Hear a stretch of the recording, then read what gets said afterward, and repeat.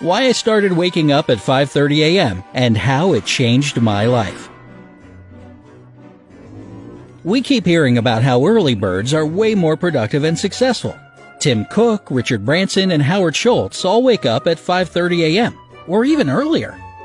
So one day, I decided to conduct an experiment to find out whether it's truly helpful or necessary. And this simple decision has definitely changed my life. But before we get into all the details, don't forget to subscribe to our channel and turn on notifications. Now you won't miss a thing. According to statistics, the average person in America rises sometime between 6 a.m. and 7:30 a.m.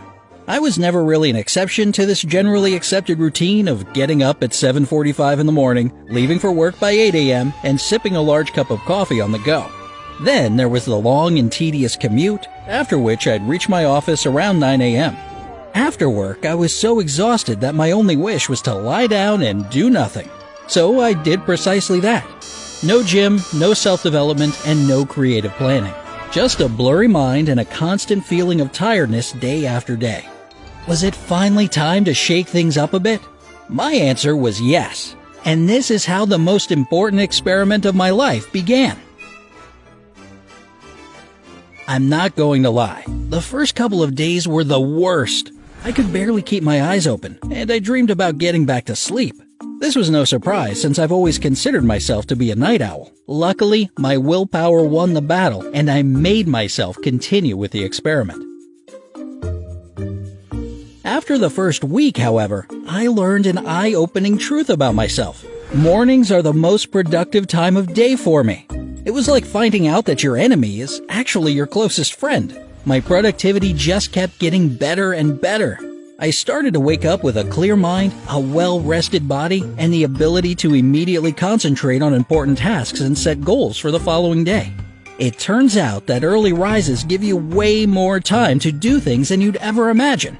I do so many tasks before starting work in the morning that I'm amazed by how I've already done so much when my family members haven't even woken up yet.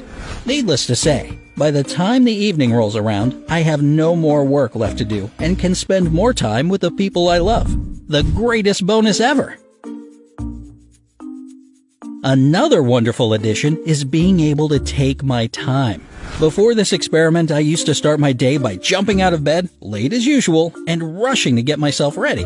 But I still usually arrived at work late. True story, right?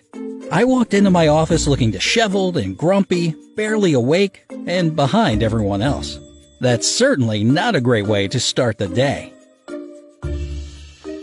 My new sleeping regime, however, gave me 2 extra hours before I had to leave for work. That period of time was enough for me to get organized and even enjoy a hot cup of freshly ground coffee and read a couple of pages from my favorite book. Just ask yourself this: when was the last time you did that before work? For me, this moment alone makes all the effort worthwhile. All the spare time I had opened the doors to new possibilities, habits, and hobbies. Of course, it's your call what to pick. I find that developing new habits is crucial to one's self-improvement, and the extra morning hours are the perfect time to make it happen. So I dedicated mine to personal growth and planning. I added brand new things to my morning routine. It was typically brushing my teeth, shaving, and getting dressed. But during the experiment, I also gulped down a glass of warm water right after that and went to my desk to do some reading and planning for the day. No weekend break either. If you decide to try a similar experiment, don't forget that a morning ritual is much more than just a way to organize your morning routine. It helps you easily insert new habits among your old ones by chaining all the tasks together. Try to create your morning ritual in the form of a to-do list, and you'll form new good habits while perfecting your old ones. By the way, one of the habits you can pick up is working out. I know, training is no fun. Boo! Look, I'd rather be eating pizza too. But the thing is, you can always choose the exercises that you like. For example, if you hate burpees but love jogging, then just jog and forget about the burpees once and for all. If you can't stand push-ups but don't mind a plank, include it in your workout. Trust me, when your training session consists of the exercises that you find bearable and even enjoyable, it feels good. I quickly figured out that going to the gym right after work was most likely to be put off because of the other things that come up or simply because of tiredness. Morning exercises, on the other hand, can never get canceled. Thanks to the extra time I'd gained, I started jogging for 30 minutes every morning and lost about 4 pounds after a month. And I'm not gonna stop there. I'm on a mission here, guys. If you're an introvert and enjoy spending time alone in silence, you'll definitely have a new level of appreciation for early rises. And that's my favorite thing about them too. No kids yelling, no babies crying, no cars honking, and no television noise. The early morning hours are really peaceful. Nothing was distracting me from important tasks. I could easily gather my thoughts, plan ahead, and focus effectively on what I was doing at that moment.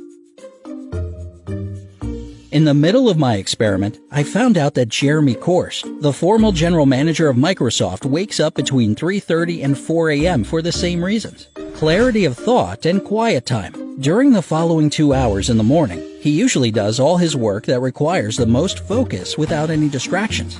After all, as Pascal once said, the sole cause of a man's unhappiness is that he does not know how to stay quietly in his room. And waking up early will certainly help you learn the art of peacefulness. Getting to work also became much more comfortable. No one likes traveling in rush hour, and I'm no exception. But if you have a morning commute, you can take an earlier bus or train that is less busy and more pleasant to travel on, and you'll arrive more quickly. If you're a driver, you can avoid heavier traffic and reduce your journey time significantly. Or, better yet, you can start commuting by bike as I did during the experiment. One of the most pleasant forms of exercising ever. My breakfast meals also changed for the better. During my experiment, I found a fascinating article about a study conducted by Cross-Modal Research Laboratory of Oxford University in the UK. The study's results confirm that we should consume about 15 to 25% of our daily energy intake in our morning meal. Without breakfast, we usually get so hungry by lunchtime that we eat lots of unhealthy, yet pleasurable foods. Before the experiment, by the time I'd woken up, I had to be somewhere else already. That's why I almost always skipped breakfast. But those quiet morning hours before work solved this problem perfectly. I had enough time to not only prepare breakfast, but to sit down and enjoy it as well. And after that, I'll never go back to my old, I'll just grab a snack ways. And last but not least, another bonus of my little experiment was the quality of my sleep. As a night owl, I used to go to sleep and wake up at random times. But when you have to wake up early, you have no other choice but to establish a proper sleeping schedule. During this month-long experiment, I realized that I don't need to stay in bed for 10 to 12 hours to get enough sleep. Waking up at 5:30, I feel rested and full of energy to start a new day.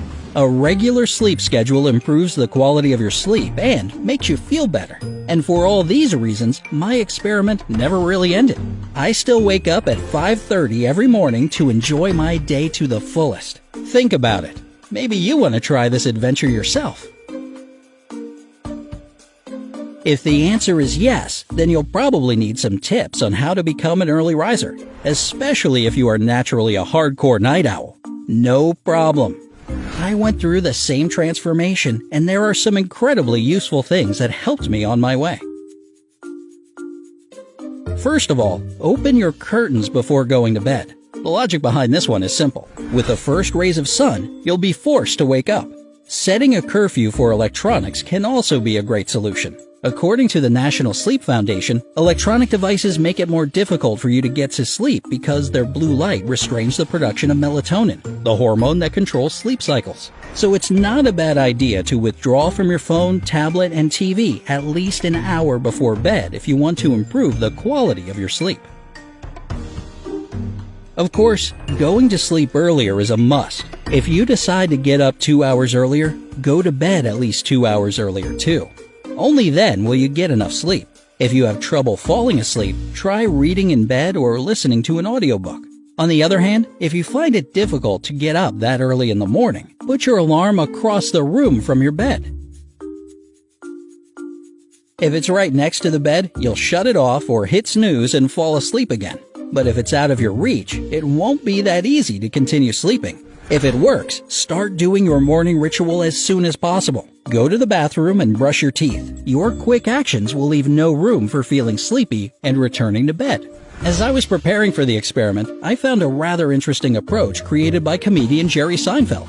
He uses a calendar system to force himself to write his jokes. Basically, he has a big wall calendar, and for every day that he writes new material, he puts a big red X on it. He aims to create an unbroken chain of these X marks for as long as he can. This is a great way to build a new lifestyle because it gives you a visual record of your success and allows you to see how far you've come. As you go further and further, be sure to reward yourself for every step. For me, the reward was a cup of tasty herbal tea or a good book. Your reward could be a delicious treat for breakfast, watching the sunrise, or meditating. Anything you take pleasure in. And that's everything you need to know if you want to proceed with the experiment yourself. Hang in there for the first couple days and cherish all the amazing results for the rest of your life. Good luck! What about you? Are you a night owl or an early riser? Tell us in the comments below and let's see how many people there are in each